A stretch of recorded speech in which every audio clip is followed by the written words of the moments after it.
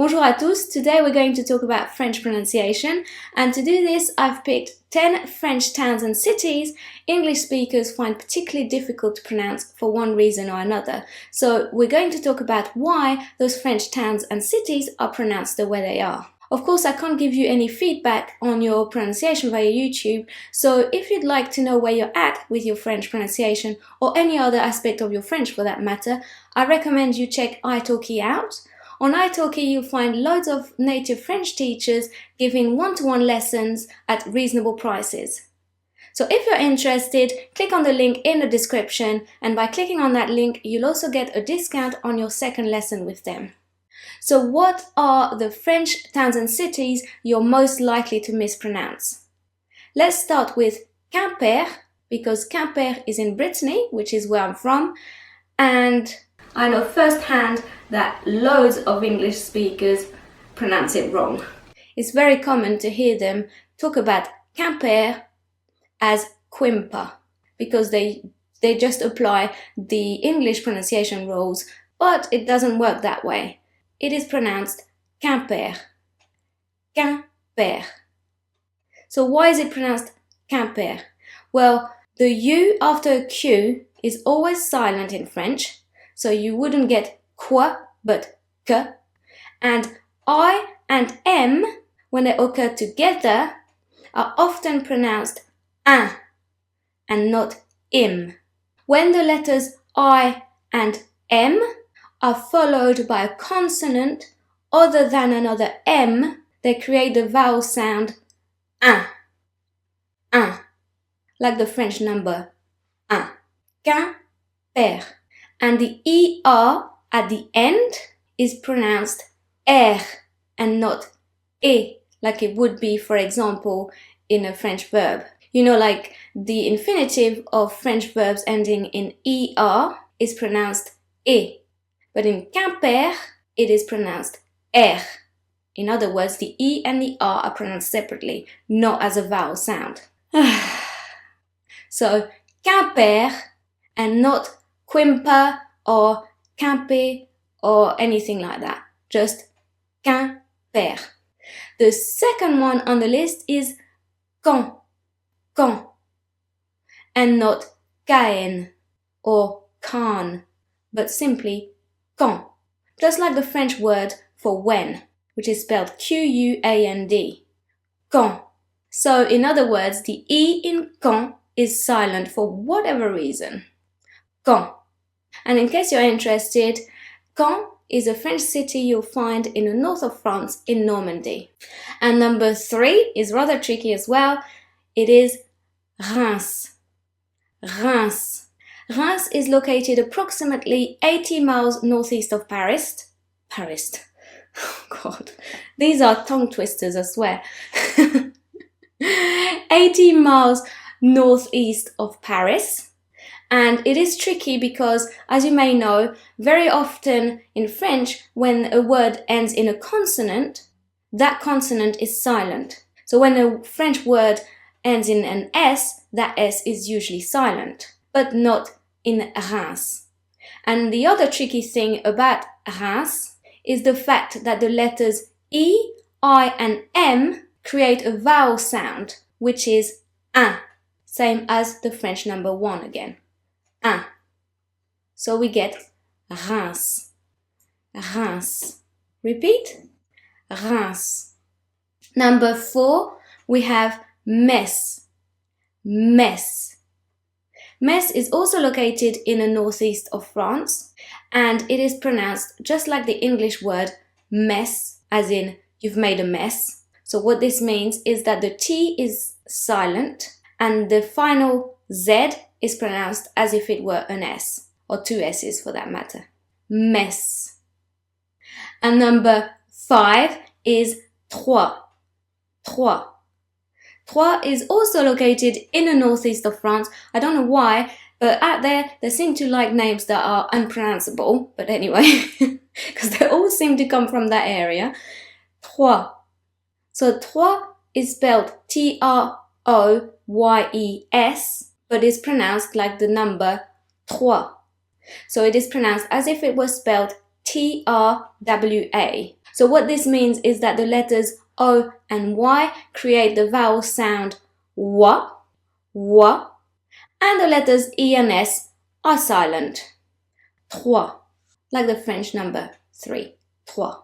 So not Troy, or Troy, or Troyes, but trois.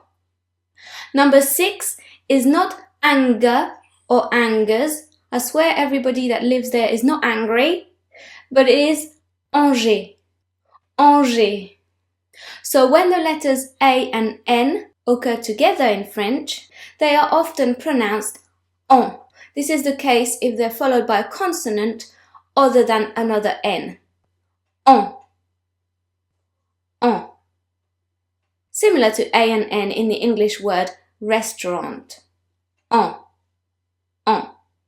And in French, when a G is followed by an E, it is pronounced as if it were a J. So that is why we get Angers and not ang or ang. So now we know why the beginning of Angers is pronounced ange and not ang. Then the E and R are pronounced as if it were an E with an acute accent. E, but not E. So Angers, not Angers. Okay? And then the S is silent. But then again, it should be silent anyway because it is the last letter of the word and it's a consonant. Angers. Repeat. Angers. So not anger, not angers. Angers. So number 7, in the east of France near the Swiss and German borders is Mulhouse. Mulhouse. So not Mulhouse, but Mulhouse. And this one is particularly difficult for English speakers to pronounce because firstly it contains a U, so the French U, which is a sound that doesn't exist in English. In order to pronounce the French letter U, so U, pronounce the English word T, hold the E sound, and then round your lips. T, U, U, U, U. So that's where the U sound is located in your mouth. And then we have a silent H. The letter H is usually silent in French, except when it follows a C, in which case CH is pronounced sh. But since this isn't the case here, the H is silent. Then the letters O and U in French are pronounced OU, OU, and not OW like they would be in English. OU. And then we've got the S, which is also pronounced differently than it would be in English, because when an S is located between two vowels in French, it's pronounced as if it were a Z.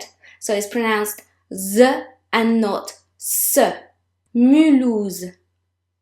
Mulhouse. Repeat.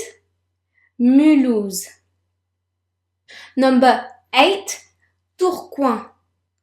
Tourcoing. Tourcoing is located in the north of France near the Belgian border and it is pronounced Tourcoing. So again we get O-U pronounced OU, Tour, so not tower, but Tour. And then the letters O, I and N form the sound ouin, ouin. So imagine a W followed by the French word un, ouin, Tourcoing. And the G is a consonant, it's the last letter of the word, it's silent. Tourcoing. And then we have Saint-Quentin. Saint-Quentin. So Saint, A-I-N, when they occur together and are followed by a consonant other than another N, are pronounced again like the French number un. Saint. And the T is silent. Saint. Quentin, so not Quentin. Quentin. The U, as it was the case with Quimper, is silent. So when a U follows a Q, it's silent. E and N, when they are followed by a consonant other than another N are pronounced en, en, so not N, but en. And the letters I and N, when they occur together and are followed by a consonant other than another N, or when they're the last letters of a word, as is the case here, are pronounced un. So again, like the French number un. Saint-Quentin. So not Saint-Quentin. Saint-Quentin. Saint-Quentin. And then we have Rouen. Rouen. Rouen is in the north of France, in Normandy. And if you don't know how to pronounce the French R, just pretend you're gargling. And that is where the R is located in your throat. Rouen. Rouen. So, as we've seen previously, OU is pronounced OU, and the letters E and N, when they occur together and are either followed by a consonant other than another N or are the last letters of a word, are pronounced en, and not N. So in this case, E and N become a vowel sound. En, Rouen, Rouen. So those were the 10 French towns and cities you're most likely to mispronounce. So they were Quimper, Caen, Reims, Metz, Troyes, Angers, Mulhouse, Tourcoing, Saint-Quentin, et Rouen. Let me know in the comments below if the pronunciation of any of those towns and cities surprised you, or if you knew how to pronounce them all already. And don't forget to click on the link in the description if you want to get one-to-one lessons from one of the native French teachers at italki. That's it for me today. À la prochaine! Bye!